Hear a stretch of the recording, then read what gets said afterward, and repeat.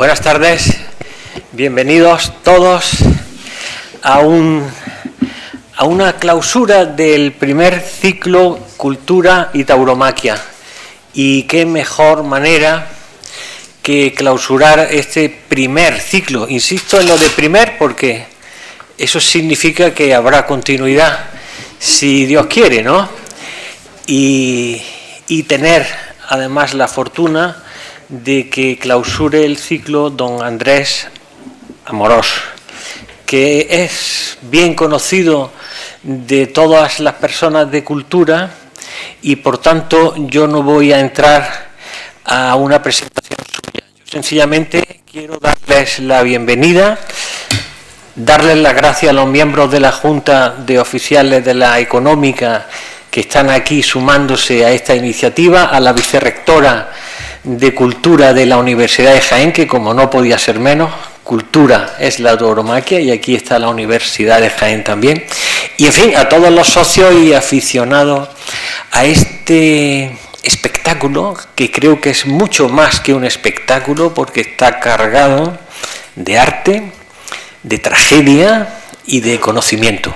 Así que vamos a disfrutar de don Andrés Amorós esta tarde, pero antes Lope Morales, que es factotum de este ciclo, el presidente de la Federación Taurina de Jaén, tiene la palabra para presentar a don Andrés como Dios manda, y al que doy las gracias también a Lope por el esfuerzo que ha hecho, también de intendencia, para que esté aquí hoy día, y a su señora, para que esté aquí don Andrés con nosotros. Muchas gracias, Lope, tiene la palabra. Gracias. Muchas gracias.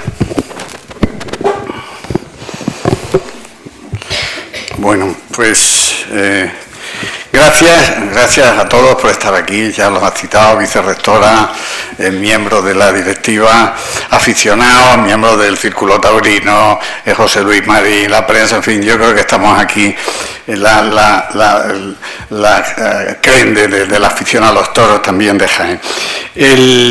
Bueno, yo creo que presentar a la gente...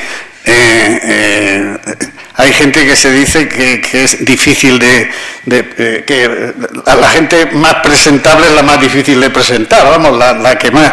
Vamos, yo le he dicho, digo, vamos a ver, yo tengo que presentarle, ¿no? Porque me han puesto en el cartel y lógicamente yo tengo que cumplir con el tema, ¿no? Pero él me ha dicho, no, tú me dices, yo soy profesor, soy catedrático y soy escritor y aficionado a los toros. Punto. Hombre, ya lo tendré que... Ya está. Eso es. Pero bueno, yo voy a decir, vamos a ver, primero agradecer efectivamente que se haya celebrado este primer ciclo, que yo creo que ha puesto un listón muy alto, ¿no? Después del profesor Balcells, el otro día, con la figura de Miguel Hernández, ¿no? Después de, sí quiero decirlo otra vez, porque para que lo escuche el profesor también, la reflexión de años de injustificada y sistemática ocultación, ¿no?, de todo lo que oliese a toros en los ámbitos culturales y universitarios, también en esta provincia, pues parece que el sentido común se iba imponiendo, ¿no? Y que ese que era uno de los objetivos de la Federación Taurina y de los aficionados de la provincia, pues bueno, que ya de un estudio de la realidad que supone la tauromaquia en todos los aspectos, pues se reflejara en los templos del saber, y como digo, este es uno de los más importantes de Jaén, si no el que más, y desde luego últimamente también de templos del saber de tauromaquia, ¿no?, a partir de esta fecha. Gracias entonces a la Real Sociedad Económica de Amigos del País en este aspecto. Yo digo que es difícil presentar a quien no necesita presentación, ¿no? Pero a ver, quizá y si tuviéramos que presentarlo, pues bueno, no habría tiempo suficiente. Estamos hablando de una persona, de un valenciano que luego pronto se fue a Madrid, hijo de notario, que yo creo que desde que nació ha vivido en las entrañas de la historia de los toros y ha terminado por formar parte de la propia historia de los toros, ¿no? Porque se ha movido desde pequeño con su padre y con todos, con la gente de los grandes maestros, ¿no? Ensayista, escritor, profesor, crítico literario, musical, taurino aficionado, catedrático. Ha publicado más de 150 libros sobre sus grandes aficiones, vocaciones o pasiones, llamémosle la literatura, el teatro, la música, el cine, también el deporte. Creo que he hecho unas fichas del tema, pero y sobre todo, y también, por supuesto, de los toros. No vamos a enumerar aquí su obra, ¿no? Pues sería ni su larga labor pedagógica o divulgativa, ni todas esas materias en cursos, en conferencias, en fin, pero hay libros clásicos, ¿no? Que conocemos, que ya se han convertido en clásicos, como Toros y Cultura, Lenguaje taurino y sociedad, Ignacio Sánchez Mejía, estudios biográficos sobre toreros que además han sido amigos, la tauromaquia de Marcial Lalanda, Luis Miguel Dominguín, el número 1, el toreo de frente, Manolo Vázquez, Enrique Ponce, un torero para la historia, etcétera, sin olvidar, por supuesto, su participación principal en lo que se refiere a los toros y cultura, en lo que es la enciclopedia, y consiguió que esa parte pues la llevó y la dirigió. Entre su última producción, por irnos pues está La inteligencia del toreo, de Marcial Lalanda Vargas Llosa, y el arte del toreo, una enciclopedia práctica, como un tratado, ¿no? Y aquí tengo yo el de las 100 poesías taurinas, que es el último que estoy leyendo, de Gonzalo Berceo a Joaquín Sabina, recién salido de la librería, ¿no? Es una antología comentada por él mismo, que yo creo que sirve para aprender de toros a través de la poesía, o para aprender de poesía a través de la historia de los toros. Actualmente dirige, ya hace tiempo, ¿no?, un programa amenísimo de música en Es Radio, que además se ha visto luego hay otro libro reciente del año pasado, que es La vuelta al mundo en 80 músicas, que a mí me encanta, pero tengo un hijo músico y me parece genial, porque está hablando de las obras y autores imprescindibles, no solo en la música clásica, sino en la popular y del cine, ¿no? Yo, con toda esa obra, uno puede tener en su casa pues una biblioteca completa sobre todas esas materias en las que el profesor ha trabajado, ¿no? Todas las que conforman la cultura, o las expresiones de la cultura, la música, la literatura, la poesía, la historia, la tauromaquia o la filosofía. Tiene una obra que se llama Las cosas de la vida, guía para perplejos, ¿no? Pero lo interesante, lo especial, o lo extraordinario, o lo curioso de este profesor, del señor Amorós, no es solo lo mucho que sabe de cada una de esas materias, sino su capacidad para descubrir y explicar la ligazón entre todas esas disciplinas, y uno puede aprender, y sobre todo de la ligazón de todas ellas con los toros, ¿no? Uno puede aprender de cada cosa con otros autores, pero de luego hay un maestro único para entender la conexión profunda entre todas las artes y entre todas ellas con el arte de los toros y con la fiesta de los toros. Hoy se necesita, para terminar un poco, a don Andrés, estoy seguro, y su obra, creo yo, más que nunca, cuando tantos jóvenes están regresando a las plazas, atraídos por esa magia del rito que celebran toros y toreros, y nosotros con ellos en común unión. Yo creo que estamos muy huérfanos de formación y de información y de formación en los medios de comunicación, en las universidades, en los colegios y en todo. La tauromaquia sufre un grave déficit de divulgación para poder enriquecerse, porque al fin y al cabo, y el profesor lo dice también, los toros, lo que hay que hacer es disfrutar de ellos, y lo que tenemos que aprender precisamente para disfrutar más de ellos, ¿no? Bueno, tengo que decir que también ha ocupado puestos importantes, ha hecho de todo, ¿no? Ha sido director general del INAEM, de la Fundación Juan March, para la cultura, galardonado con Premio Nacional de Literatura Emilia Pardo Bazán, el Premio Nacional de Crítica Literaria, en fin, el Premio Nacional de Ensayo, el Premio de las Letras Valencianas, Premio José María de Cossío, Premio de la Cultura de la Comunidad de Madrid. De sus mismas, ¿no? En fin, Amorós, don Andrés Amorós ha dedicado su vida a acercar la cultura a los ciudadanos, en las aulas y en la calle, ¿no? Y hablar lo difícil sin hacerlo complicado, tan natural como la buena faena, con sencillez, sin alaracas, ¿no? Habla de lo profundo, pero sin mayor solemnidad. Se le entiende absolutamente todo. Es un divulgador accesible, un intelectual coherente, con una independencia claramente demostrada. Y transmite porque se lo cree, y porque lo puedes escuchar 100 veces, que las 100 veces te motiva lo mismo que la primera. En tiempos de confusión y ruido, su voz sigue siendo una referencia y nos recuerda que la cultura no es ideología, que el arte no se mide en cifras y que defender la tradición no es ir para atrás, sino asegurar mejor el futuro, y que nuestra lengua, es un gran defensor de nuestra lengua y de nuestra historia, es lo que nos hace grandes, lo que hace grande a una nación. Y que el mejor de los sentidos es el sentido común. Muchas gracias, maestro, porque maestro me gusta más que profesor, porque los maestros que enseñaban de todo, ¿no? De todo a todos, ¿no? Por ello, pues con la gratitud en nombre, yo creo, de todos los amigos y aficionados aquí de Jaén, le doy las gracias por estar aquí y les pido una bienvenida con un aplauso.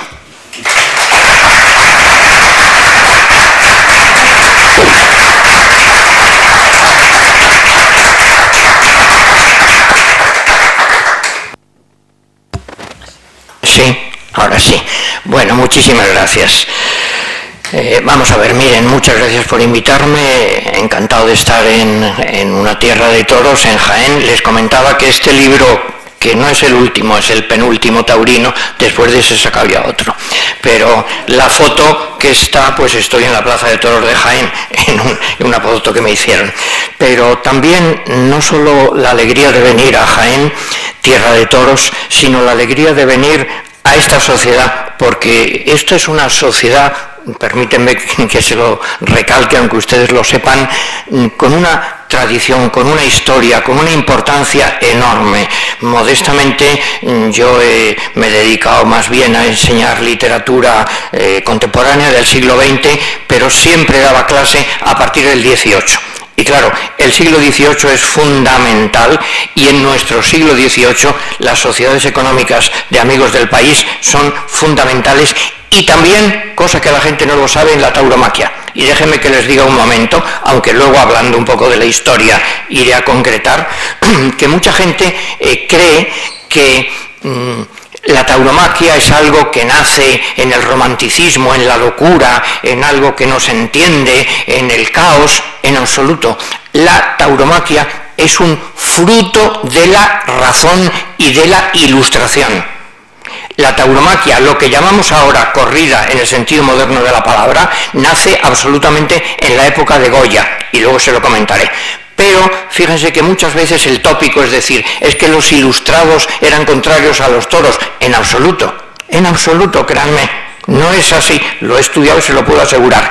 Entre los ilustrados había gente maravillosa, partidaria de los toros, y gente maravillosa contraria a los toros, como siempre ha habido, porque esto es un arte, y el arte no se impone, es algo libre, que aceptamos o no, es una adhesión libre. Les pongo el ejemplo concretísimo, miren, era contrario a los toros Jovellanos. Jovellanos es un personaje extraordinario, de los más puros, limpios y maravillosos de la historia de España. Y no le gustaban los toros. ¿Por qué? Dice don Claudio Sánchez Albornoz. Porque era asturiano y no había vivido eso. ¿Es verdad? Claro. Y además, en general, algunos ilustrados piensan que la corrida de toros no es buena, no por sí, sino porque no tiene consecuencias para la educación de los españoles, que es lo que a ellos les preocupa.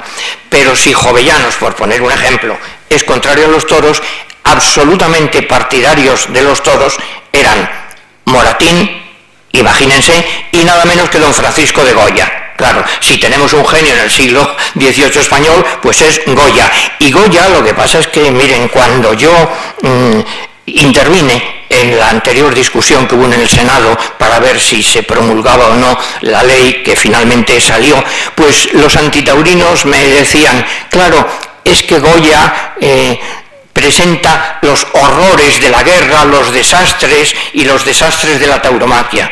Miren, eso es una ignorancia absoluta.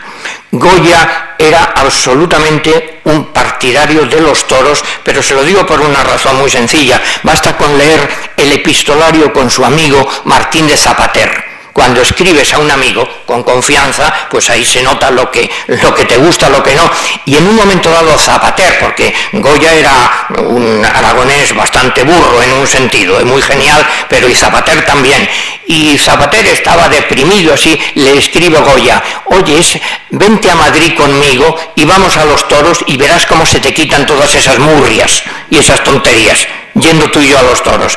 Y además Moratín, en su epistolario, que lo ha publicado un compañero mío, René Andioc, cuenta: Goya llega a Burdeos, huyendo de la España de Fernando VII, como un ilustrado absolutamente, tiene cerca de 70 años, que entonces era muchísimo, y dice que él ha toreado de joven y que con la espada en la mano no le tiene miedo a nadie. Fíjense, qué antitaurino, ¿verdad? Y a Goya le gustaba firmar y que le llamaran Don Francisco el de los toros. Entonces, la tauromaquia y la ilustración. Les añado un nombre todavía, y perdonen que me enrollo con historias antiguas.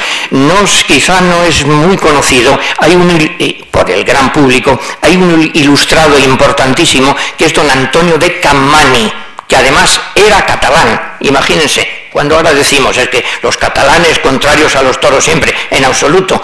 Cammani, un gran estudioso de la lengua española, fue uno de los que intervino en las Cortes de Cádiz precisamente para quitar la prohibición a los toros que había puesto Godoy. O sea que la oposición de ilustración y tauromaquia en absoluto. Bueno, vamos a lo actual. Pues miren, lo actual, yo les digo los hechos que ustedes los han leído en el periódico, pues hace poco ha salido que el año pasado por la Plaza de Toros de las Ventas pasaron 1 millón de personas. 1 millón de personas.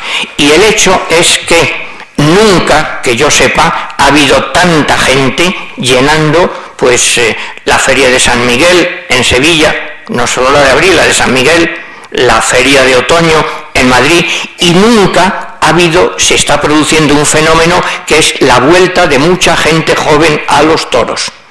Ahora ustedes lógicamente se preguntan como yo, ¿y por qué es esto? Pues no lo sabemos, miren, pero los hechos históricos están ahí. Las causas son discutibles, pero los hechos son esos. Podíamos estar viviendo una época de decadencia que no le interesará a nadie ir a los toros, pues sí, pero es que no es así. Ahora, el problema que hay, claro, es que va mucha gente a los toros, joven, que no conoce pues todo lo que supone un espectáculo y un arte muy complejo. De eso hablaré luego un poquito. Entonces, claro, tenemos la obligación casi de transmitir los que sabemos un poquito de esto, pero cualquier arte, cualquier cosa en la vida, nadie nace aprendido.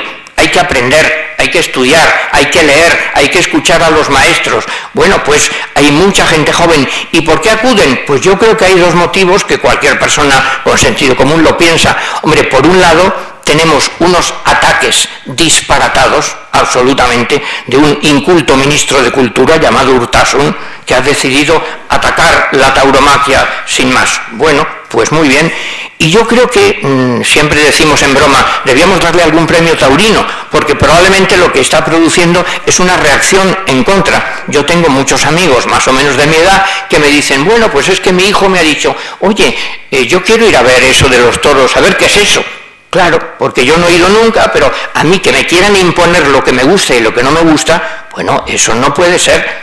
El arte, insisto, es el reino de la libertad, y mucha gente joven acude a una plaza y se deslumbra y vuelve, y a otros no les gusta y no vuelven, como pasa con el arte en general, como pasa con la pintura, con la música. Hombre, conviene ir también con alguien que te ayude a entender un poco todas las complejidades de ese mundo. También hemos tenido la fortuna de que este año ha sido un año brillantísimo de un gran torero, Morante, que ha tenido una temporada extraordinaria. Y claro, la gente cuando acude a la plaza, pues cuando hay una gran figura que tiene. Pero además tenemos la fortuna de que ha sido un torero muy taquillero, pero dentro del toreo clásico. Bueno, aparte de eso, los toros, ¿cuál es la situación cuando el inculto, les decía señor Urtasun, ataca a los toros? Bueno, primero, los toros están protegidos legalmente. Les decía antes mi experiencia en el Senado. Hay una ley del 12 de noviembre del 2013, la ley 18. ¿Qué es lo que dice esa ley? Dice que la tauromaquia forma parte del patrimonio cultural inmaterial español. Y que por eso mismo la tauromaquia, no solo la corrida de toros, todo lo que supone toda esa cultura, por eso mismo las autoridades están obligadas, repito, obligadas a respetar y a promover la tauromaquia porque forma parte del patrimonio cultural inmaterial español. El tema pendiente, naturalmente, que quizás lo hayan leído también, es que esto llevamos años proponiéndolo y es difícil que salga. Nadie dice por qué, la razón se la cuento, es muy sencillo. Lo que nos falta es que la UNESCO acepte que esto forme parte del patrimonio cultural inmaterial. Pero eso no puede ser, y no porque, de momento, no porque el señor Urtasun no quiera, porque no depende de él, porque esa propuesta ha de venir de todas las comunidades autónomas. Y como ustedes saben, hay algunas comunidades autónomas actualmente que se niegan a proponer eso. Bueno, pues no sale. Pero de momento, mientras no se derogue esa ley, que es lo que ahora intenta Urtasun hacerlo, bueno, y veremos a ver si lo consigue o no, pero mientras no suceda eso, cualquier autoridad española está obligada a proteger los toros como a proteger, pues, te guste o no, la ópera, el ballet, en fin, el pasodoble, pues todas las manifestaciones artísticas espontáneas populares españolas. Vamos a ver, seguimos. Muchas veces me dice algún amigo, no sé, coges un taxi y te dice, oiga, ahora hay mucha polémica con los toros, ¿no? Yo digo, no, mire usted, polémica con los toros ha habido siempre, claro, porque es un espectáculo complejo, es un rito, es algo que tiene unas leyes que hay que conocer. Y yo comprendo que hay gente que si no lo conoce, o si su sensibilidad no lo acepta, bueno, pues no le gusta y ya está. Pero polémicas ha habido siempre, en toda la historia, y eso lo hemos estudiado, está en los libros. Pero ahora hay dos novedades concretas. Aumentan ahora esas polémicas por un motivo del llamado animalismo y por motivos políticos. Del llamado animalismo, pues miren, se lo digo con toda sencillez, el amor y el respeto a los animales es algo muy noble, pero dentro de unos límites, poniendo al ser humano en su sitio y al animal en su sitio. Si se traspasan esos límites, se llega a un verdadero disparate, que es lo que estamos llegando ahora. Y es así, perdónenme que lo digo con toda rotundidad y claridad. Les pongo un ejemplo que les va a parecer una caricatura, pero no lo es, se lo aseguro. Me entretuve leyendo los libros del filósofo del animalista, que era un señor australiano, si no me equivoco, que se llamaba, murió hace poco creo, yo me acuerdo que se llamaba como la máquina de coser que tenía en mi casa, Singer, un filósofo llamado Singer. Y Singer lo que dice, que es digamos, la guía intelectual del animalismo en el mundo entero, es que el animal es bueno, el ser humano es malo, y no hay solución, no hay manera, eso seguirá así, para siempre. ¿Cuál es la solución que propone Singer? Créanme, lo digo totalmente en serio, que los seres humanos no tengamos hijos, para que así la especie humana desaparezca y se viva en un paraíso terrenal donde los animales tranquilamente estén felices y ya no haya ni hombres ni mujeres. Bueno, pues ya ven ustedes, sin comentarios. Bien. Animalismo por un lado. Por otro lado, el tema político, claramente, y les pongo el ejemplo muy claro, has usado antes la expresión. En la discusión que hubo en el Parlamento catalán, que para prohibir los toros, por cierto, hago una parada y perdonen, mucha gente cree que los toros están prohibidos en Cataluña. No es cierto. ¿Saben eso?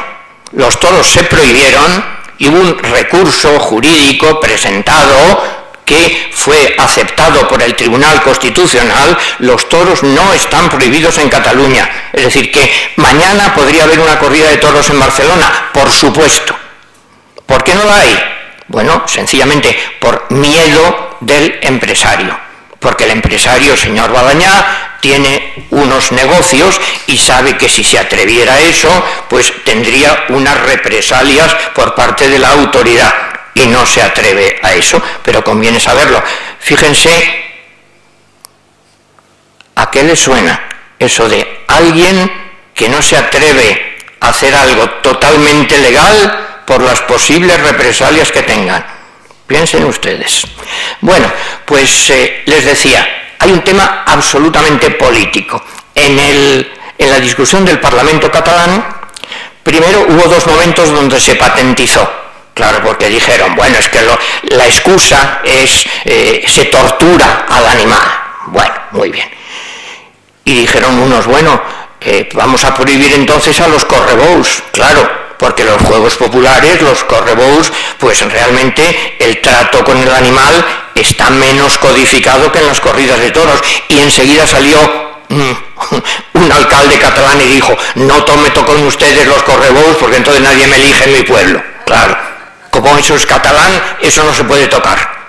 Pero en cambio dijo uno, y tenía toda la razón, un parlamentario catalán independentista, es que los toros, la tauromaquia, huelen a España.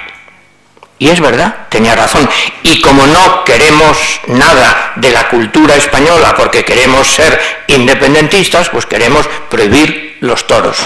Bueno, efectivamente tenía razón, porque en el mundo entero, fíjense, se sea o no aficionado a los toros, en el mundo entero si dices toro bravo, piensas en España, claro, igual que, lo cual no quiere decir, ojo, que todos los españoles tengan que ser aficionados, por supuesto que no, ni quiere decir que un extranjero no pueda ser muy experto en tauromaquia, por supuesto, pero si yo pienso en el jazz, pienso en Nueva Orleans, y si pienso en el Renacimiento, pienso en Florencia y en Úbeda y en Baeza, y si pienso en el toro bravo, pienso en España. Es una seña de identidad de la cultura española, por supuesto, y hay gente que no lo quiere por eso.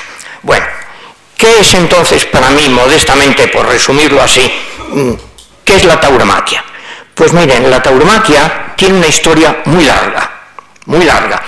Nace de un rito de las religiones mediterráneas. Hay un libro que les recomiendo, si les interesa esto, un libro fundamental, se llama Ritos y Juegos del Toro, de Ángel Álvarez de Miranda. Ángel Álvarez de Miranda, él fue el primer catedrático español de Historia de las Religiones. Hizo su tesis doctoral en la Gregoriana de Roma sobre esto. Los ritos de los juegos con el toro, que vienen de Persia, la India, Egipto, Grecia, los juegos cretenses, ¿se acuerdan? Los saltos, y luego vienen a Europa. ¿Y qué es lo que pasa? Que esos juegos que inicialmente tenían un carácter sagrado, mítico, religioso. Y estudia Ángel Álvarez de Miranda que todavía algunos restos había en los juegos populares españoles, durante la Edad Media y hasta no se sabe cuándo, hasta el Renacimiento por lo menos. Por ejemplo, no sé si saben, había una costumbre que era el toro nupcial. Cuando una pareja iba a contraer matrimonio, en la suelta del toro, de la vaquilla, de lo que sea, el novio cogía una prenda de la novia y procuraba tocar con ella al animal. Porque, dice Álvarez de Miranda, el toro bravo se había convertido en un símbolo de energía simpatética contaminante, pues un ejercicio de fuerza, de virilidad, de algo espontáneo, de la naturaleza, de algo tremendo. Bueno, pues, ¿y el toro bravo dónde estaba? Pues miren, hubo toros, el llamado uro primitivo, en toda Europa, claro. ¿Hasta cuándo? Pues mira, hay una anécdota que se puede, en fin, ver un poco el final. Yo tuve la fortuna de ser amigo de Domingo Ortega. Domingo Ortega era un paleto, el paleto de Boroux le llamaban, no había estudiado nada, pero era listísimo, y se hizo amigo de intelectuales, se hizo amigo de Domingo Ortega, de don José Ortega. Y me decía una vez Domingo: Amoroso, ¿usted sabe que Ortega y Gasset era un gran filósofo? Yo digo, pues sí, Domingo, lo sé, pero muy importante, ¿usted lo sabe? Y digo, pues sí, tengo idea. Es que fíjese, nos fuimos, dice, una vez me dijo, vente conmigo al carnaval de Múnich. Y fuimos al carnaval de Múnich y para disfrazarnos, digamos, yo iba con la capa española y con sombrero de ala ancha. Y a mí nadie me hacía ni caso. Y José, que iba vestido con chaqueta y pantalón, las chicas alemanas así. Y yo dije, qué gran filósofo es este, claro, qué importante es.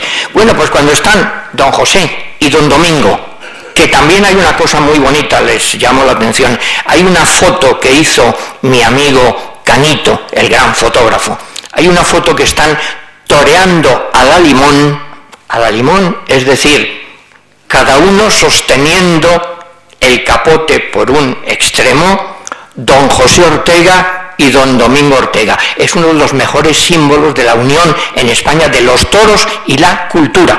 Por cierto, a la limón, que es una expresión preciosa que la usaba Federico García Lorca, y dio una conferencia en Buenos Aires junto con Pablo Neruda y le dijeron, ¿pero quién va a hablar? Dice, no, a la limón, yo digo unas cosas y él me contesta, así estamos a la limón. Bueno, pues les decía que, no me he perdido, aunque les parezca, que cuando van los Ortega a Múnich encuentran allí el grabado de un uro primitivo, el último ejemplar que se conoce dibujado del toro salvaje. Y ese toro, pues, desapareció en el centro de Europa y en España no desapareció. ¿Y por qué? Pues no lo sé por qué. Pues porque los españoles sentían ese deseo, no se sabe por qué, ancestral, ritual de los juegos sagrados con el toro. Lo que pasa es que durante la Edad Media, pues son unos juegos primitivos, espontáneos, populares. Hay también unos juegos caballerescos. Claro, miren, ahora se va a conmemorar en Sevilla y en el norte también que se cumple el centenario, si no me equivoco, de la llegada de Carlos V a España. Carlos V desembarca en un pueblo de Asturias, Cantabria, y Carlos V, naturalmente, de toros no sabe nada, pero es un gran jinete. Y en su honor hacen una fiesta taurina y él interviene, claro, que es lo que luego retrata Goya, porque es un gran jinete y le gusta mucho, y entonces le fueron haciendo una serie de festejos taurinos, porque era una fiesta caballeresca, como la que retrata, por ejemplo, Moratín en la fiesta de toros en Madrid. Bueno, entonces teníamos fiesta caballeresca y unos ayudantes sin más, los matatoros, pero llega la Ilustración, otra vez, época aproximadamente de Goya, hacia 1780, y sucede la gran revolución en la que nace la tauromaquia moderna, absolutamente. ¿En qué consiste? Pues miren, toda una serie de novedades. Primero, antes de nada, las ganaderías. Es totalmente distinto, digamos, lo que llamamos, decían los latinos, la agricultura, es la cultura del campo. Es decir, hay unos frutos, unas hierbas espontáneos, eso es natura, eso es la naturaleza. Hay otras cosas que son las que el ser humano hace. Eso es la cultura. Hasta ese momento lo que habían era pues toros sueltos. Si ustedes recuerdan, a Don Quijote se encuentra con un tropel de toros que pasan por allí, pero eran toros a su aire, a su manera, bravos, medio bravos. En la Ilustración se crea ya la cría de un elemento que ya por sí es cultura, como el caballo de carreras árabe o inglés, es un producto refinadísimo del ser humano. No es algo espontáneo de ninguna manera. Bien, se crean las ganaderías, entre otras Fernando VII crea la Real Vacada. Bien, pero se crean también las plazas de toros. Hasta entonces está en la plaza de toros, está en la Plaza Real, todo Madrid celebrando. Se celebraban esas fiestas en la Plaza Mayor de Madrid, en la Plaza Mayor de Salamanca, en las plazas de los pueblos. Ahora se crea lo que es, y me acuerdo que lo he comentado con Antonio Bonet, por ejemplo, que la Plaza de Toros es un ejemplo de arquitectura funcional. No es que sea bonita o fea, luego la adornan muchas veces con adornos moriscos, bueno, falsos, da igual. Antes de nada, ¿por qué es redonda? Claro, ¿por imitar al Coliseo de Roma? No, sobre todo para evitar las querencias, para evitar que un toro manso se aquerencie en un ángulo. Si ustedes recuerdan, todavía hay restos, con Luis Francisco lo comentaba yo eso, en Santa Cruz de Mudela se conserva una plaza cuadrada, la ganadería de Miura conserva su placita cuadrada, pero es mejor, es moderno, es funcional la plaza circular. Se crean las ganaderías, se crean las plazas de toros, pero algo fundamental, se crean las reglas, claro, que eso es lo típico de la Ilustración, y el arte no es algo espontáneo, es algo que obedece a unas normas, a unas reglas, hay que aprenderlo, y surgen las tauromaquias, pues Pepeillo, naturalmente, con la idea de que si cumples esas reglas, el toro no te cogerá. Luego resulta que el toro te coge, claro, porque las reglas no son matemáticas, no son perfectas, pero sirven mucho, claro que sí. Exactamente igual que hay el arte poética de Boileau, o un arte poética de cómo hay que escribir poemas, exactamente igual hay las reglas en tauromaquia. Si ustedes recuerdan la fábula de Iriarte, el burro flautista, sin reglas del arte, borriquitos hay que una vez aciertan por casualidad. Estaba un borrico y allí de repente vio una flauta, hizo así, sopló y salió música y dijo, ¡ay, qué listo soy, qué buen músico soy! Dice Iriarte, no, sin reglas del arte, borriquitos hay que una vez aciertan. Sin reglas puedes acertar una vez, pero nada más que eso. Hay de haber unas normas, claro, como en todo arte. Ahora, unas normas que no se imponen, se aceptan o no, son las normas de los maestros que hay que seguir. Por supuesto, también hay un cambio radical, que es que la fiesta se democratiza, pasa a ser toreo a pie y pasa a ser toreo por el pueblo, claro, por la gente del pueblo, que además se profesionaliza, que cobra, naturalmente. Con lo cual ya no es un juego de caballeros, sino que es un espectáculo popular. Y eso es sencillamente la fiesta de los toros. Cuando dicen, es que son unos torturadores, bueno, ¿se creen alguien que el que va a una plaza de toros a ver, no sé, a Morante o a Curro Romero, a quien ustedes quieran, va por la alegría, por la felicidad de ver cómo le hacen daño a un toro? Eso es una tontería, sencillamente.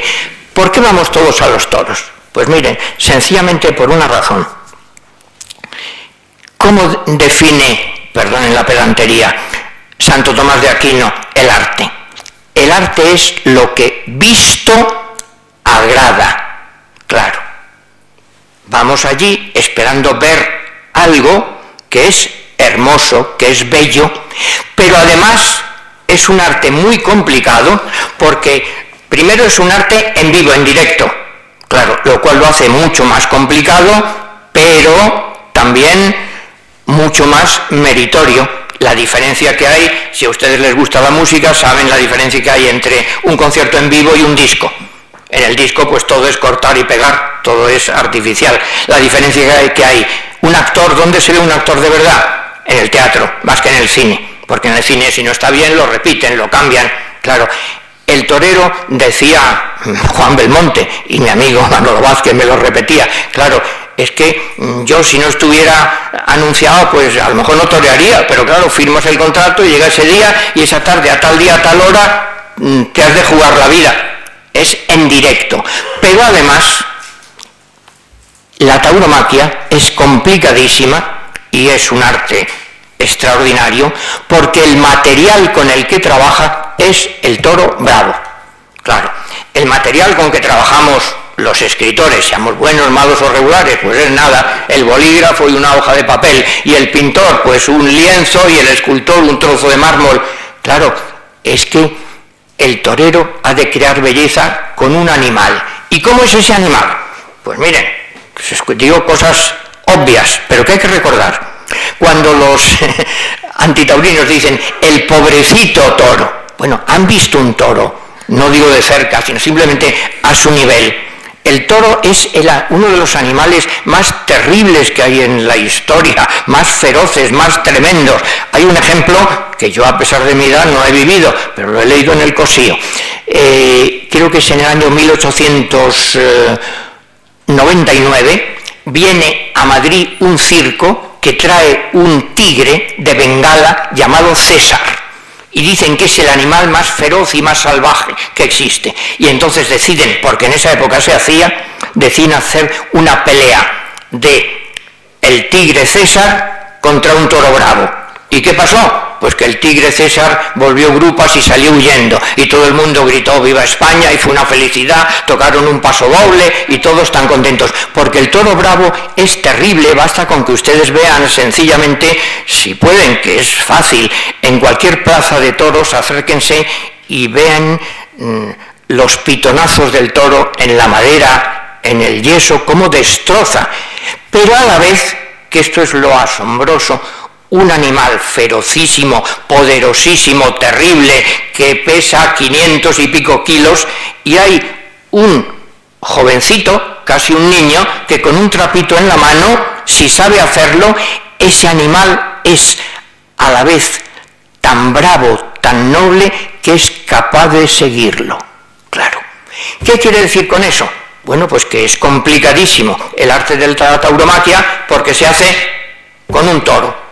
Claro, y eso a la vez le da otra grandiosidad, claro, que es que lo que produce la tauromaquia es un arte que nos da la emoción y la belleza y la emoción, lo cual quiere decir, y no es ponernos exigentes, que sin toros bravos no hay fiesta seria, que es así, que el toro hay que mantener la integridad, la pujanza, la casta, el peligro, el riesgo. Claro, no queremos que cojan al torero, ¿quién va a querer eso? Pero sí queremos que exista la posibilidad de que lo coja. O sea, el final de la tauromaquia sería, y alguna vez hemos visto cosas cercanas, si un espectador está viendo torear a uno y dice, pues yo también, yo bajo y hago lo mismo. Mire, a mí me preguntan, ¿y usted no se ha puesto nunca delante de un toro? Digo, yo, líbreme Dios, sé bastante de eso. Vamos, lo último, la tauromaquia se basa en que yo, por todo el dinero del mundo que me den, no me pongo delante de un toro. Claro. Entonces es fundamental ese equilibrio, riesgo, emoción. Emoción, belleza. Ahora eso, ¿cuándo llega? Pues llega cuando Dios quiere, claro. Juan Belmonte, que era listísimo, pues ya retirado, iba a las plazas, y dicen que más o menos se aburría y cantaba una coplilla por dentro, decía, siempre te estoy esperando y nunca vienes ahorita cierta. Fíjense, eso es el arte. Siempre estamos esperando que surja la emoción de la belleza, y hay una tarde que no surge, hay un momento que sí, hay otras veces que no, pues eso es lo grandioso de los toros. Bueno, cuando se discute con cierto rigor sobre la fiesta de los toros, lo que hay que decir son ideas, y perdonen, que es que da vergüenza repetirlas, de manidas y de obvias, que son el sentido común. ¿Qué defensa tiene la tauromaquia? Pues es muy sencillo. La tauromaquia tiene 3 valores. Primero, el primero ecológico, absolutamente. Simplemente la existencia del toro bravo, que ya es un tesoro extraordinario. Yo me acuerdo en la discusión con los antitaurinos, le decía, bueno, y entonces, ¿qué pasa? ¿Qué quieren ustedes? Si no hay corrida de toros, se acaba el toro bravo. Bueno, nos da igual. Hombre, pues no, a mí no me da igual que desaparezca esa belleza, claro que no. Y también, gracias al toro bravo, existen las dehesas, y hay estudios muy serios hechos sobre todo por veterinarios de Salamanca sobre la importancia enorme que tiene la dehesa como una creación típica española. Bueno, hay, por supuesto, la fiesta de los toros tiene una trascendencia económica, que a mí no me gusta dar estadísticas, hay muchas, pero todos son más o menos aproximativas, nunca se sabe, son estimaciones, porque no es solo lo que se gasta, sabemos lo que ingresa el Estado por IVA, pues gracias a las corridas de toros, pero cuando hay una feria importante en una ciudad, o sea, ¿qué sería una ciudad importante con una feria grande? Miren, les cuento otra tontería de antitaurinos. Estaba yo en el Senado discutiendo, esto era en julio, y me dice un antitaurino, dice, mire, yo es que Yo no tengo nada contra los toros, pero es que me parece que es muy malo porque es malo para el turismo en España. Porque hay muchos extranjeros que no vienen a España por culpa de los toros. Yo venía entonces de San Fermín, y le dije, sí, tienes toda la razón. Mire, yo llego ahora de Pamplona, y no sabe usted cómo están las calles de Pamplona, tristes, muertas, no hay ni un mozo por las calles, ni un francés, ni un italiano, ni un americano, nadie, todo el mundo dice, qué horror, toros bravos. Ustedes se dan cuenta lo que supone, se imaginan San Fermín sin toros, o la Feria de Abril sin toros, San Isidro sin toros, es evidente. Pero además de eso, pues tiene evidentemente una trascendencia cultural, sin duda ninguna. ¿En qué? Pues en muchísimas cosas. Primero, fíjense, una cosa que también es una idea bastante importante. La fiesta de los toros es culta en sí misma, porque la creación del toro bravo y el rito y el dominio y la lidia ya son cultura. Además de eso, hay novelas, poesías, teatro, pintura, pero aunque no hubiera, seguiría siendo culta. También hay la cultura, forma parte de la cultura, el lenguaje taurino. Claro, modestamente yo tengo pues un librote sobre el lenguaje taurino.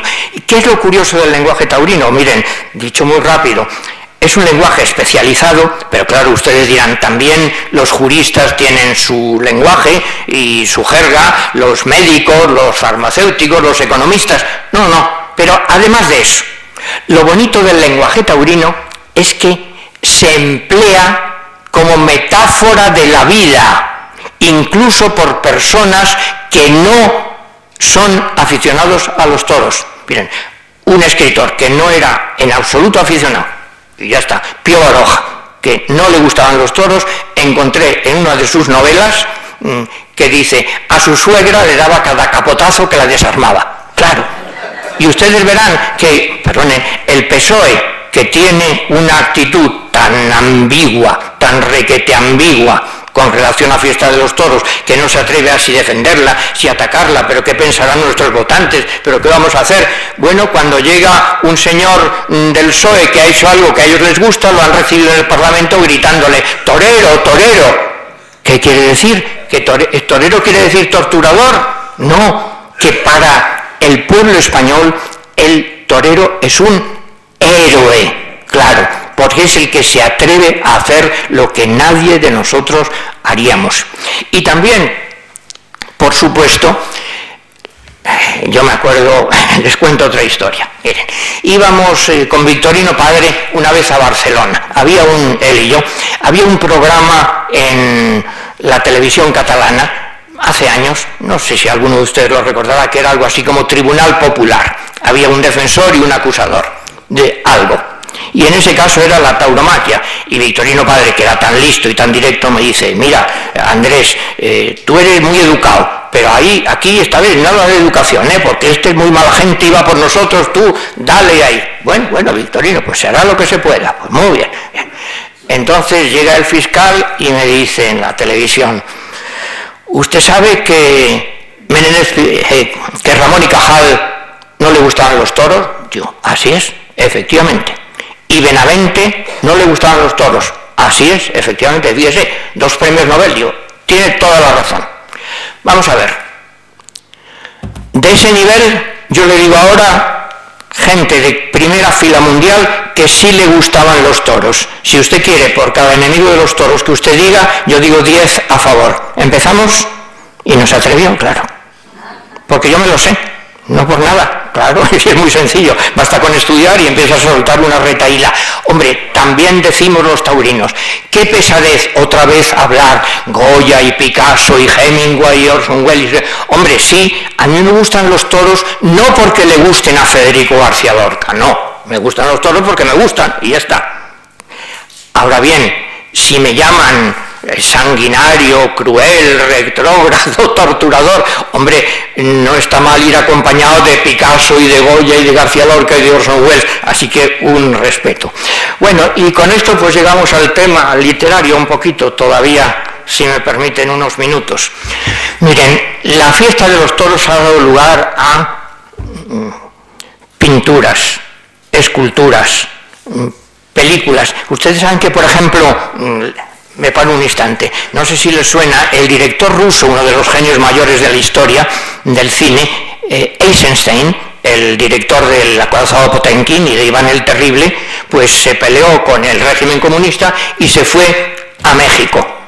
Y quería rodar un documental sobre México, sobre elementos que fueran esenciales para entender la cultura mexicana. ¿Qué elementos creen ustedes que él vio? La Revolución, el Día de los Difuntos y de los Santos y los toros, por supuesto.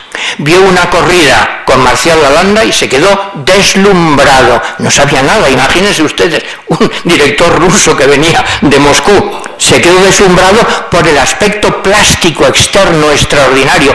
Hizo esa película, que la pueden ustedes ver, tiene 2 nombres porque él no acabó el montaje. Pero es una película preciosa donde se ve lo que a él le emociona más. No es el pase, que eso no entiende, la emoción del torero que antes de ir a la plaza se ha de vestir en su casa, y se ve con un enfoque muy extraordinario, así como el mozo de espadas le va rodeando con la faja y cómo se despide de su mujer, es decir, el elemento humano, sentimental que le impresionó. Bueno, les decía, ha habido películas, ha habido pinturas, esculturas, pasodobles, óperas, música clásica, coplas, música popular. En literatura, pues ha habido tratados, entrevistas, periodismo, crónicas, novela, poesía, teatro. Bueno, dentro de los géneros clásicos. Miren, el llevar los toros, el mundo de los toros al teatro, pues es complicado. Claro, porque ustedes dirán, o yo en broma, meter en un escenario un toro no es fácil. No es fácil. Bueno, un amigo mío sí lo hizo, Paco Nieva, en una obra que me dedicó, Coronada y el toro. Ahí apareció una manga y por ahí salían unos toros apareciendo, bueno, un disparate. Pero en principio no es fácil. En la novela, hombre, hay muchas novelas de toros, muchísimas, tienen un riesgo, que es el melodrama, el folletín. Hay novelas de muchísimo éxito y que están pues muy bien, pero Sangre y arena, El niño de las monjas, Los águilas, pero siempre suele haber el riesgo de el niño pobre, la mujer mala que no le quiere, el que sufre, la madre, es decir, un elemento un poco melodramático que le quita grandeza artística. Entonces lo que es evidente, absolutamente evidente, es que la fiesta de los toros encuentra su cauce mejor para manifestarse de toda la literatura en la poesía, sin duda ninguna. Y además, porque miren, yo se lo he comprobado, también tengo la experiencia de haber llevado a los toros a muchos amigos míos que no sabían nada de toros, que eran artistas, bueno, digamos del mundo del teatro, del cine, de lo que sea, ¿no? De la pintura, de la música. Me acuerdo de una violinista española que ahora está en Rusia trabajando, bueno, y quería ver qué es eso. Claro, van allí, un artista con sensibilidad, ¿se entera de lo que pasa allí? No. Hombre, le explicas un poco el rito, pero si tiene sensibilidad, advierte que allí hay algo serio. No es un deporte, no es una gimnasia sin más, no es un espectáculo. Allí están en juego cosas muy importantes, el juego de la vida y la muerte. La suerte o la muerte, que escribe Gerardo Diego. Bueno, pues entonces los poetas ven la fiesta de los toros desde muchísimos puntos de vista.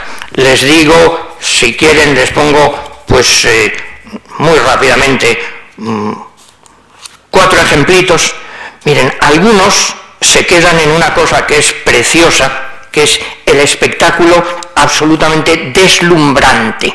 Decía Salvador de Madariaga que la fiesta de los toros es como el espectáculo total, porque incluye naturalmente el dominio, la cabeza, el sentimiento, pero también es como música, también es como danza, también es como un teatro, también es, bueno, hay algo simplemente que nos entra por los sentidos. Pues eso es lo que encuentra y lo explica muy bien Manuel Machado. Tiene un poema precioso sobre la fiesta nacional.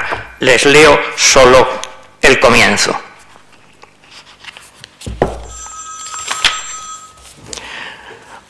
una nota de clarín desgarrado, penetrante, rompe el aire con vibrante puñalada, ronco toque de timbal. Salta el toro en la arena, bufa, ruge, roto cruje, un capote de percal, acomete rebramando, derribando a caballo y caballero.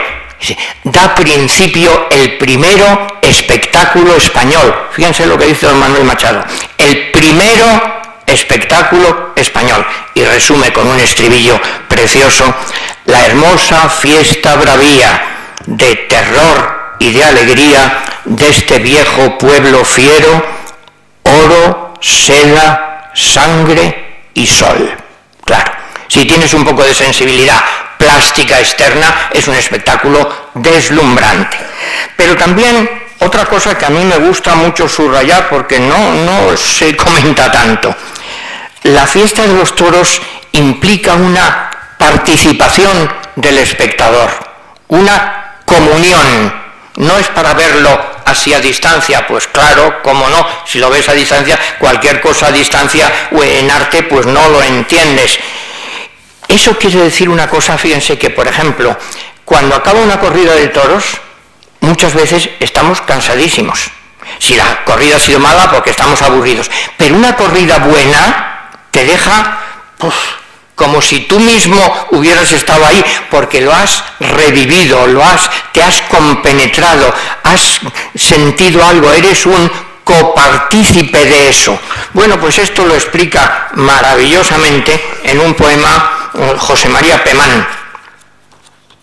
Es un poemita andaluz, muy corto, pero muy fino. Se lo busco y les leo. Se llama Tarde de toros después de la corrida.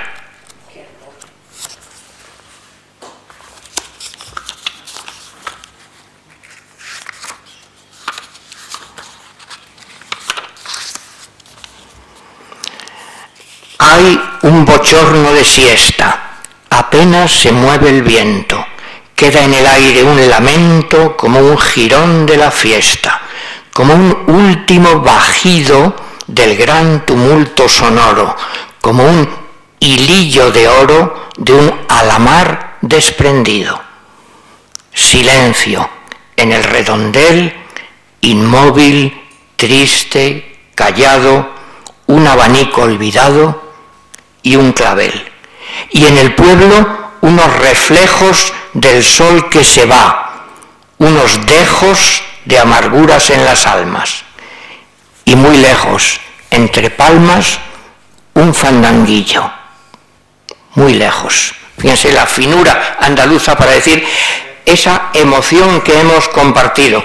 Bueno, sobre todo, y brevísimamente se lo he de comentar, miren, hay dos poetas que saben que ahora se va a conmemorar, lógicamente, el centenario de la generación del 27 y va a haber en todas partes muchos actos. Bueno, yo dentro de poco también voy a hablar en Sevilla y en Salamanca, lo normal, porque saben que en ese momento se produce. ¿Por qué? Pues no se sabe por qué. También se produce una cercanía del mundo cultural, intelectual, a la fiesta de los toros extraordinario como en ningún otro momento. Eso, hombre, por un lado nace de una cosa que es que esta gente intenta redescubrir las raíces populares españolas. Si ustedes recuerdan la música, Federico García Lorca decía que él era el loquito de las canciones y que se sabía más canciones populares que nadie en España.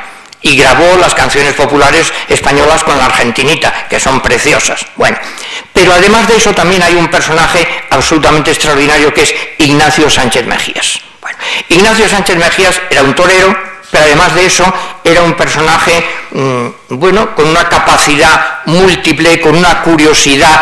Era el gran amigo de toda la generación del 27, porque vamos a ver, miren, y no quiero perderme mucho, pero tengan en cuenta. A comienzos del siglo XVII, en 1605 más o menos, en Madrid coinciden, en un barrio pequeñito, Lope, Góngora, Quevedo, Cervantes, Calderón, todos allí al lado, todos escritores de primerísima fila y todos se odian a muerte, como es lógico, como es propio de escritores.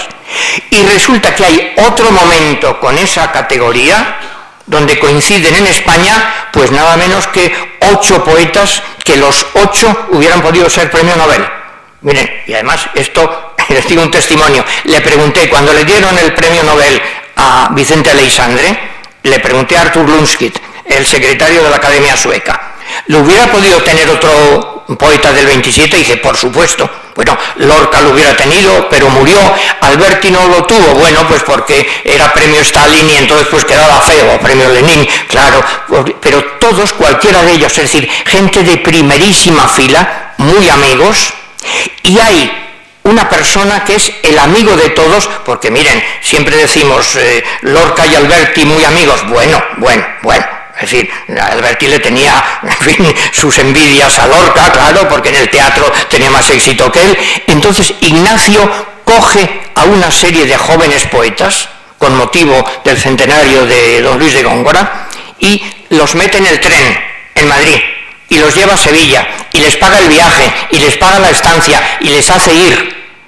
Y es además, que eso me lo decían, en fin, gente que los ha conocido, claro, era como el pegamento que une en un grupo. Hay siempre alguien al que todos quieren, que no compite con nadie, que es listísimo, que tiene una simpatía natural extraordinaria, y los lleva allí a los actos que se celebran en honor de Góngora, y luego los lleva a su finca de Pino Montano y les monta una fiesta tremenda, y en esa fiesta se disfrazan todos de moros, se ponen unos turbantes, y entonces Dámaso Alonso recita la Soledad primera, y recita de memoria, era del año de la estación florida en que el mentido robador de Europa, media luna las armas de su frente y al sol todo su pelo, en brazos de suspiro nace estrellas, cuando el que ministrar podía la copa, y así 1300 versos. Y entonces lo llevan a la venta de Antequera y cortan unas ramas de laurel y les dan un paseo por la noche en el Guadalquivir en una barca y creen que se van a ahogar y que se van a morir. Bueno, y es Ignacio el que está detrás de todo esto. ¿Y qué es lo que sucede? Pues que Ignacio muere trágicamente, como ustedes saben. Bien, entonces, Federico, ¿cómo fue la muerte de Ignacio? Se lo digo rápidamente, y miren, yo me lo sé bastante bien, porque aparte de haberlo estudiado, tuve la suerte de ser amigo de Alfredito Corrochano, que toreaba con él esa tarde, y que entró al quite. Bien. Ignacio, decían los enemigos suyos, que usaba una serie de, decían, trucos.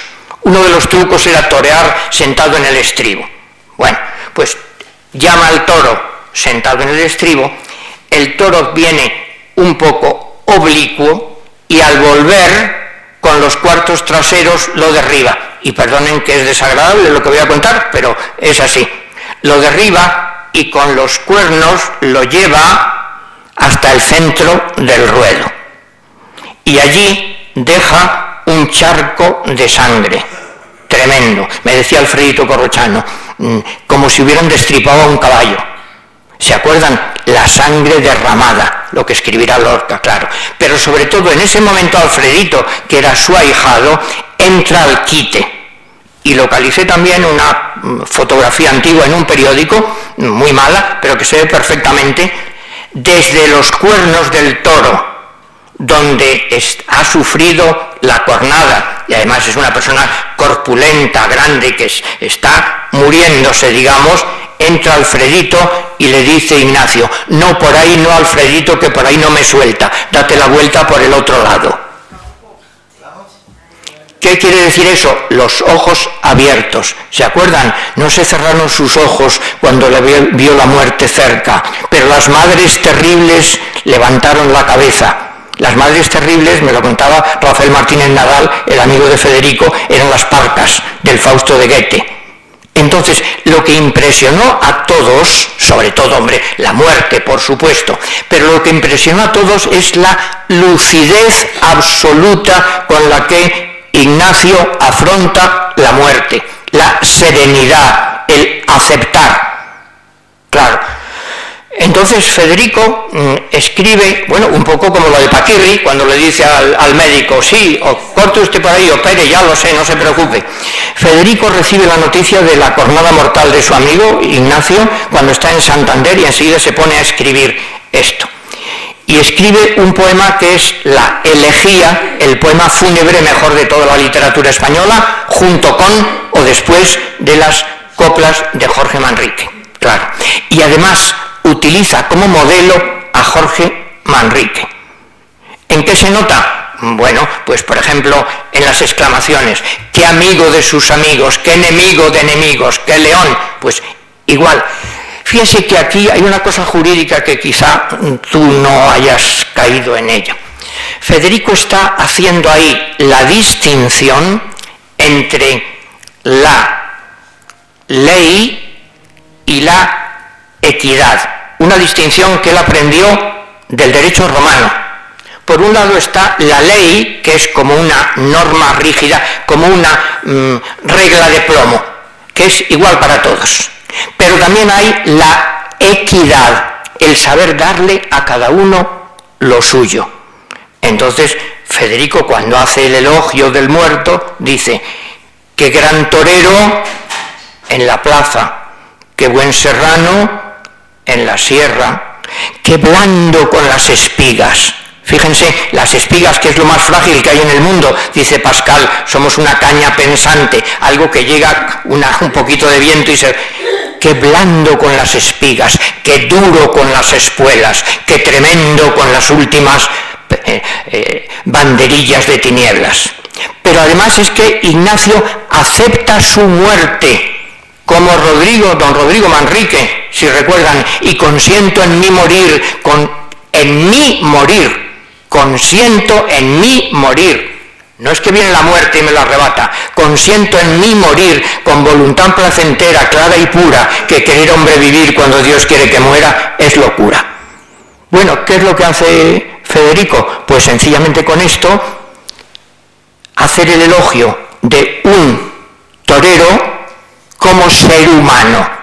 En el poema, en el llanto de Federico, no dice nada de si ponía banderillas, ni capotazos, ni muletazos, ningún detalle técnico. Está hablando de un ser humano, que era torero, claro, pero un ser humano. Y con eso universaliza a Ignacio Sánchez Mejías. Fíjense que muchas veces, a mí me lo han preguntado también, pero ¿eso existió de verdad? Cree la gente que se lo ha inventado Federico, que no existió. Claro, porque a mí, que muera un torero, pues bueno, pues claro que me impresiona, por supuesto, pero yo no me voy a poner delante de un toro, espero. Pero en cambio, la manera de aceptar la muerte, eso sí que es una lección que vale para cualquiera. Y con eso universaliza a Ignacio. Claro. Bueno, y todavía déjenme decirles dos palabras, aunque les habló el profesor Balcells, de Miguel Hernández. Miren, a mí los poemas de Miguel Hernández me parecen de los más extraordinarios que hay en poesía taurina por una cosa, porque no se separa del mundo taurino y lo ve allí lejos, sino que se identifica con el toro bravo, con el gran símbolo que es el toro bravo. Y además sabe usar términos taurinos para sentimientos humanos universales. Miren, les pongo rápidamente un par de ejemplos. Una vez yo era muy amigo de Mario Vargas Llosa y lo llevaba algunas veces conmigo a los toros y le comentaba. Y una vez nos pasó que entra el toro al caballo, y bueno, y entra bien, y se va, y la segunda vez entra también con bravura. Y me dice Mario: oye, qué bonito es esto. Y yo, claro, porque el toro la primera vez va y no sabe dónde va. Pero claro, la segunda vez que ya sabe dónde, claro, eso nadie de nosotros lo hacemos. Yo si en un sitio me tratan mal, pues no vuelvo, naturalmente. ¿Cómo se llama eso taurinamente? Crecerse en el castigo. Y Mario me dijo: qué bonito, lo voy a usar en alguna novela mía. Como el toro, me crezco en el castigo. Claro, pero tengan en cuenta también otra expresión, y enseguida acabo, perdonen, pero muy brevemente les quiero comentar dos poemitas. Hay un concepto taurino misteriosísimo que es la querencia.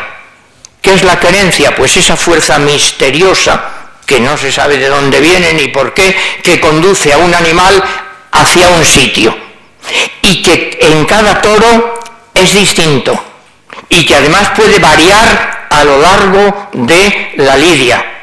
Y unos dicen, pues es que ha olido algo, es que ha sentido humedad, no se sabe, pero es fundamental, claro, para el torero, y con Luis Francisco lo he comentado más de una vez, es fundamental saber las querencias, porque si te equivocas te coge, y si no te equivocas, pues es mucho más fácil que no te coja. Bueno, pues ¿qué es lo que hace Miguel Hernández con esto? Miren, hay un concepto que los surrealistas franceses pusieron de moda, que es lo que se llama el amour fou. André Breton escribe una novela que se llama Nadja, donde habla de el amor loco, el amour fou, es decir, que una persona siente un atractivo fatal irremediablemente por otra persona, aun sabiendo que le puede conducir al desastre, a la ruina, que va a acabar mal, que va a ser pero no lo puede evitar. En vez de todo eso tan bonito y tan complicado que dice los surrealistas franceses, el amour fou, Miguel Hernández dice sencillamente, con juegos musicales a la vez, una querencia tengo por tu acento, y una apetencia por tu compañía, y una dolencia de melancolía por la ausencia del aire de tu viento. Hay querencia, dolencia y apetencia. Fíjense qué preciosidad. Y sobre todo hay una cosa que es también, que esto se lo inventa, digámoslo así, lo ponen de moda, como quieran llamarlo, pues los existencialistas franceses y alemanes son los que difunden una convicción que es que el ser humano es un ser, ellos escriben con guiones, ser para la muerte. ¿Qué quiere decir eso? Que no es que yo viva y luego me muera, no, sino que la conciencia de que voy a morir influye y determina en toda mi vida. Entonces soy un ser para la muerte. Y eso lo dice Jean-Paul Sartre, y lo dice Heidegger, y lo dice Albert Camus. Bueno, entonces, ¿cómo lo dice eso Miguel Hernández? Pues dice, como el toro he nacido para el luto y el dolor. Como el toro estoy marcado con un hierro infernal en el costado y por varón en la ingle con un fruto. Como el toro lo encuentro diminuto todo mi corazón desmesurado, y del rostro del beso enamorado, como el toro a tu amor se lo disputo. Como el toro me crezco en el castigo, la lengua en corazón tengo bañada, y llevo al cuello un vendaval sonoro. Como el toro te sigo y te persigo, y dejas mi deseo en una espada, como el toro burlado, como el toro. Fíjense qué barbaridad. No dice ese toro que está allí, soy yo como el toro, es el ser humano que se identifica con el toro. Bueno, yo creo que eso es una cumbre de poesía taurina. Miren, acabo ya, perdonen que les ha dado la lata casi o más de una hora. Miren, a mí me gusta para acabar recordar una historia, una anécdota. Durante unos años yo estuve estudiando mucho a Ramón Pérez de Ayala, que era un escritor que me gustaba mucho y me sigue gustando. Pérez de Ayala fue, entre otras cosas, propuesto para el Premio Nobel de Literatura 2 veces y embajador de España, de la República Española. Ojo, que no se lo he comentado, los toros no son ni de izquierdas ni de derechas, por Dios, ni del centro, ni de un partido ni del otro, eso es un disparate, son del pueblo español, del que le gusta, el del que quiere, como no son ni de izquierdas ni de derechas, ni Góngora, ni San Juan de la Cruz, ni Antonio Machado, no son. Bueno, pues entonces les decía que Pérez de Ayala fue nombrado por la República embajador de España en Londres, y siendo embajador allí le preguntan un día a los periodistas: ¿usted, señor embajador, cree que alguna vez se acabarán los toros en España? Y contestó Pérez de Ayala: jamás. Si pasara eso, moriría España. Bueno, pues yo espero no ver ni una cosa ni la otra.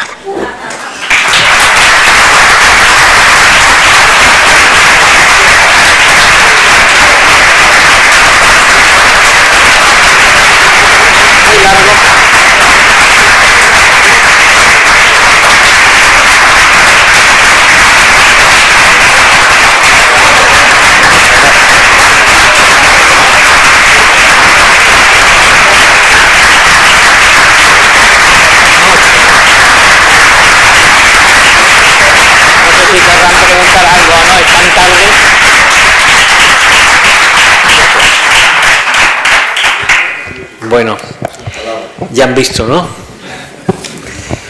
Yo creo que después de esta faena, no sé si... Don Andrés me ha dicho que si quieren hacer alguna pregunta, es un poco tarde también, hay que tenerlo en cuenta, ¿no? Y sencillamente yo lo que quiero dar las gracias es a don Andrés Amorós por la gentileza que ha tenido de venir a la Económica de Jaén, sabía que aquí tiene su casa, y también a López Morales, ¿no? Porque toda esta tarea emprendida y que ha hecho poner de pie este primer ciclo de tauromaquia de la Económica. Así que muchas gracias a todos y buenas faenas.